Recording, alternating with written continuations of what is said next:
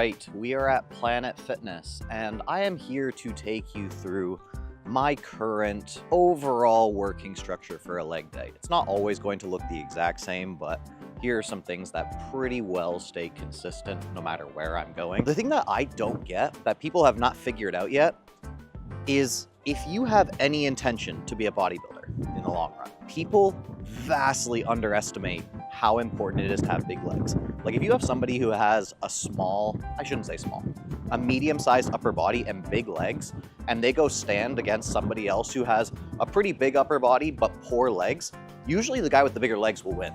Like it is a massive difference, and there's a lot more muscle mass down there, and everybody focuses on chest, lats, they get hyper specific with their biceps.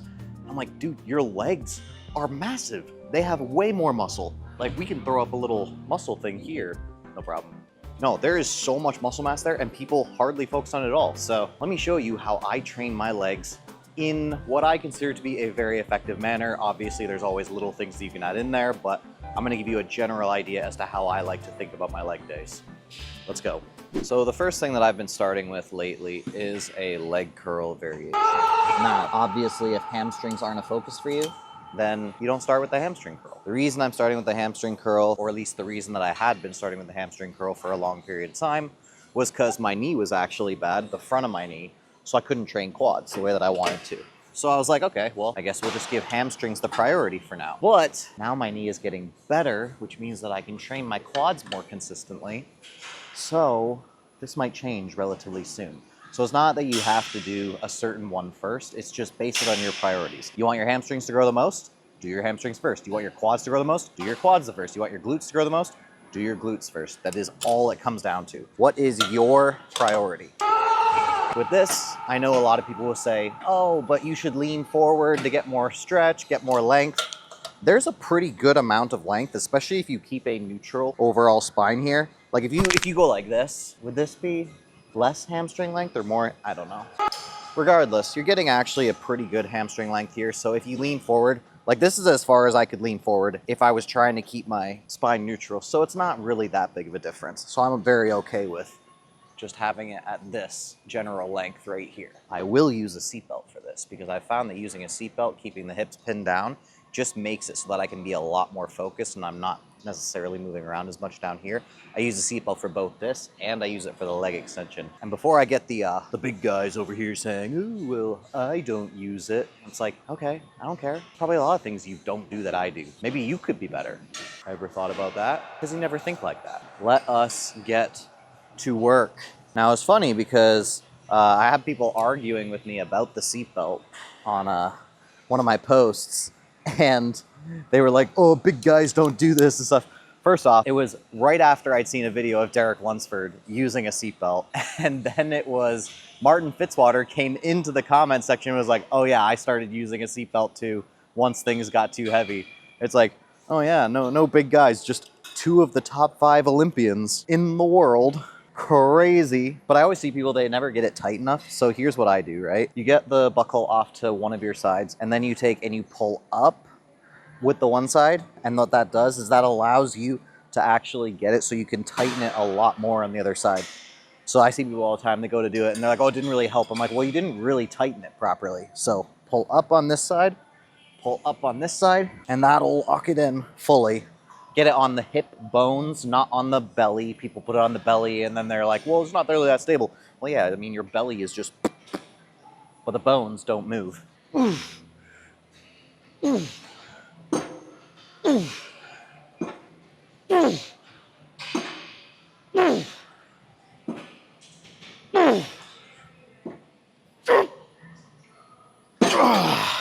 Now I know it's blasphemy, but I will actually hit 2 more sets of that because I try to hit my hamstrings for at least 4 to 5 overall sets in a day. And I got an exercise later on in the day that's also gonna hit the hamstrings, but I'm only gonna do like maybe 1 or 2 sets for that. So I know, sounds crazy, but I'm also not hitting it within 48 hours. It'll be like 72 hours, maybe even 96, depending on whether there's a rest day or not, whether I hit it again or not. So I'm gonna do more than 2 sets, that's for sure.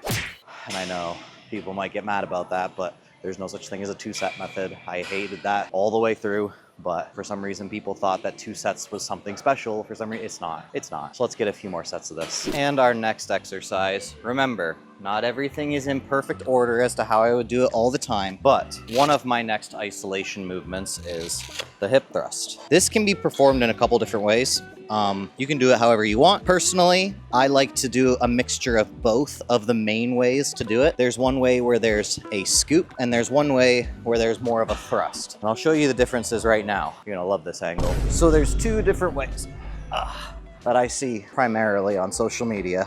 There's one way where it's a scoop, where what you do is you essentially rotate your hips downwards and then rotate them upwards. So it would look like this, right? Where the chest would kind of stay more here, and then you'd be scooping up, down through. And then there's the other one where the torso moves more so with it, and you're coming up through like this. Both have their place, both are good. I will typically do about 2 to 3 sets overall, and then I'll do at least 1 set of each variation. You'll find that you're a little bit stronger in one than the other, perfectly normal, but then I'll have a couple sets like that. Because the gluteus maximus, contrary to popular belief, is one of the biggest muscles in the body. It might be the biggest. I'd have to go back and take a look at my anatomy charts. But if you're not trying to develop a big booty, you are not trying to develop your physique to its fullest potential, so make sure you don't neglect it. Try the scoop with a weight that I've never used before, so this could be interesting. Could be an epic fail. And if it is, guess what? Some sets just end up being failures. It's like, get on the next one, who cares? But I see all these people, they get so worked up, oh, should I do another set? Should I do another? Like, no, just keep note of it, keep track of it, remember for next time, okay, maybe that was a little bit too much, maybe I gotta bring the weight down a little bit. No big deal. But if you find yourself constantly overshooting, then that might be indicative of a larger issue. But let's do this. All right, already in scoop formation.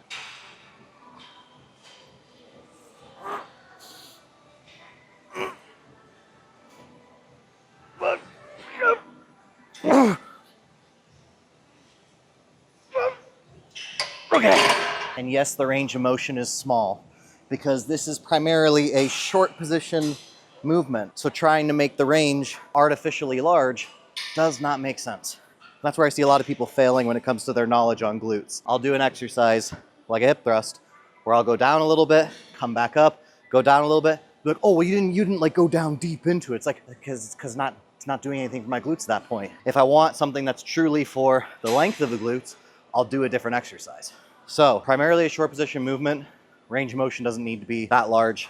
Don't do arbitrary range of motion. Do the range of motion that makes sense and get the set in. And now we got our actual thrusts. So that was the scoop. Then we're gonna get some thrusts in. I'm not gonna film that one though, I'm too lazy. And now on to the leg extension.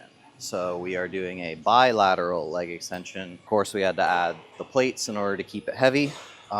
Yes, I could do a single leg variation, but personally I actually prefer bilateral variations, just in terms of enjoyment. Yes, motor unit recruitment, etc., blah, blah, blah. Yes, we could do single leg, but I only wanted to do like 2 or 3 sets of this, and I didn't want to do 4 to 6, which would happen if you were doing unilateral, and you wanted to do the same amount of sets for each leg. Other times, yes, I will do single leg. Today I'm doing bilateral. Just depends on the day, what I'm trying to accomplish with my overall workout. You do whatever you want to do. Hodge twins reference. You guys probably aren't old enough to know who those are, but...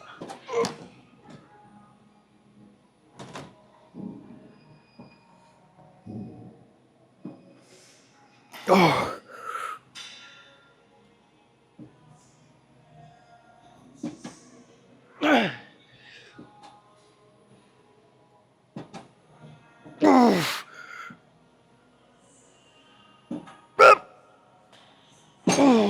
On my last set, I might push it a little bit harder than that, but I wasn't able to fully lock out anymore, so I ended the set so that I can do at least 1 or 2 more very high quality sets.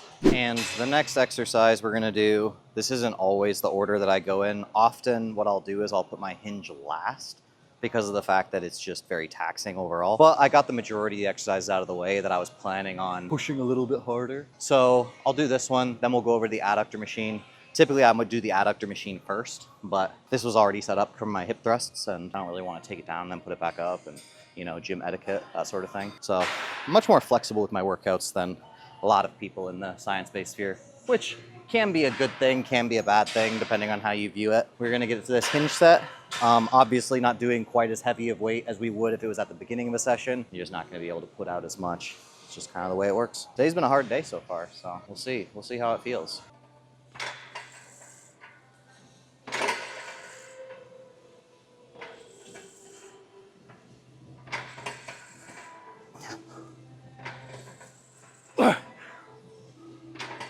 Okay. Whew. One thing I want you to take note of, on that last rep, you might be like, oh, well, looked like you could have got that rep. It's true. But once you get to a certain point in your training, you try and deduce what's worth it and what's not. And if I'd gone for that last rep, I would have had to grind it, right? It would have been like 3, 4, 5 seconds to even get up past my knee. So I was like, you know what? Better just bail at that point, leave it. We still got a couple things to do. No need to try and push through a rep unnecessarily if you've already got a good stimulus out of the set. Do not take that as me saying you shouldn't train hard. You should train very hard. Just know your limits, stay within it. Know your limits, play within it. And now on to the adductors. The adductor of doom and despair. Now, if you've been following for any length of time, you know that this adductor machine is very light. So, well, I mean, most adductor machines are very light. We need to start a petition for heavier adductor machines in general. But what we will do is we will gym pin it, and then we will use a little known trick where we can make the machine heavier, or at least we can make it harder. So all you do is you lean this back, and then all the way back. And then what that will do is that will automatically allow you to scooch a little bit further back. Your knees will come a little bit further up here on this pad, which will mean that the distance that this travels will actually be a little bit more. Like I can't get this wide with a regular stance, but I can get this wide if I'm further back on the machine, more distance to travel, you know, physics stuff. Yes, science! I should say the machine travels further distance, not necessarily me, but that will make it harder. Let us do this.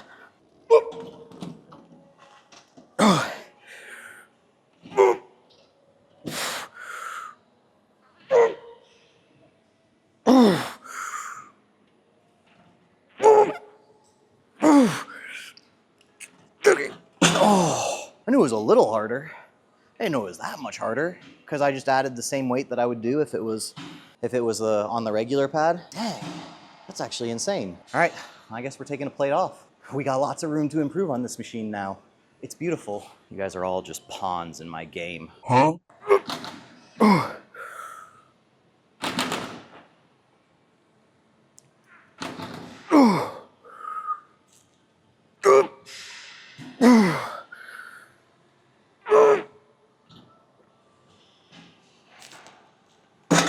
Okay. As I've been getting more serious about training my glutes to their fullest extent, I've started to include more abduction components. So I'm going to be doing this for the next little while, trying to improve upon it. Even like, you know how like we talk about the old school lifters being like stuck in their ways and stuff like that? Even me, sometimes I find myself stuck in my ways where I'm like, really? Hip abduction, really? No, I need to be objective. I need to be objective about what solid training looks like. And hip abduction is good. So let's go for it.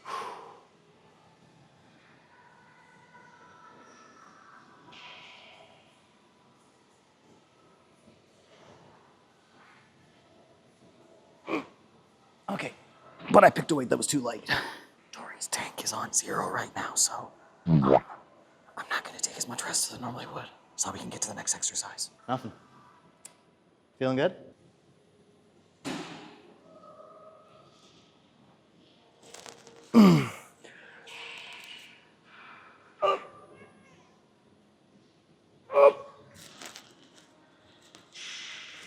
Okay. Oh. Let's get those newbie gains. We gotta get to something else while she still has the will to live. Let us get to a weird exercise. One of the nice things about this too is you definitely don't need as much loading in order to make it work because you can bring less muscle groups into it. So a lot of times people are like, oh, well, you can't progress it as much. I'm like, that doesn't mean it's bad. You can't progress a bicep curl as much as you can progress a row. Does that mean it's bad for the biceps? No. It just means that you're more isolated to that muscle group and therefore you have less acting tissue and therefore you can't move as much weight. It is as simple as that. And that's kind of the way it goes for this. But as you can see, we have the heel elevation here to keep ourselves going forward. And then what we're gonna do is we're gonna take and essentially rotate around the bar. And it's gonna be a matter of, because what I will see people do when they do this is they'll take and they'll just do a regular squat pattern and just go down, go up. It's like, which is fine, but that's still gonna recruit a decent amount of glutes. What we're trying to do is we're trying to get glutes out of the equation. So what you'll see me do is you'll actually see me come over top of the bar. And then what I'll be doing is I'll be pushing back like this, because that is more about knee extension than it is about hips. So you see how the hips kind of stay in place while the knees move? Basically what we're doing here. So I'll come down, and then it'll be a matter of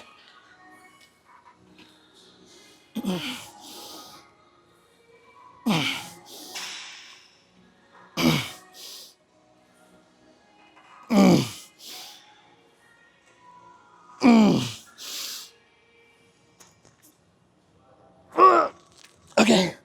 Ooh. Oh. Getting out of it's a little bit of a pain, but promise you, if you do that with the correct form, it's all quads.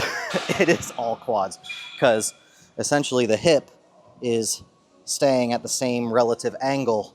So the knees are going forward, the hips are at the same relative angle, which means that it's going to be insanely quad biased the entire time. There's the quads done for the day. All right, I lied. We actually got to head out. But if you're going to do calf raises, straight leg, stay primarily in the bottom range of the motion, progressively overload. That's all you need to do to grow your calves. Gastroc specifically, and that's what most people are after. As always, love you guys. Appreciate you guys. Don't overcomplicate your workouts, even though I'm sure somebody's going to say that I'm overcomplicating it. TNF out.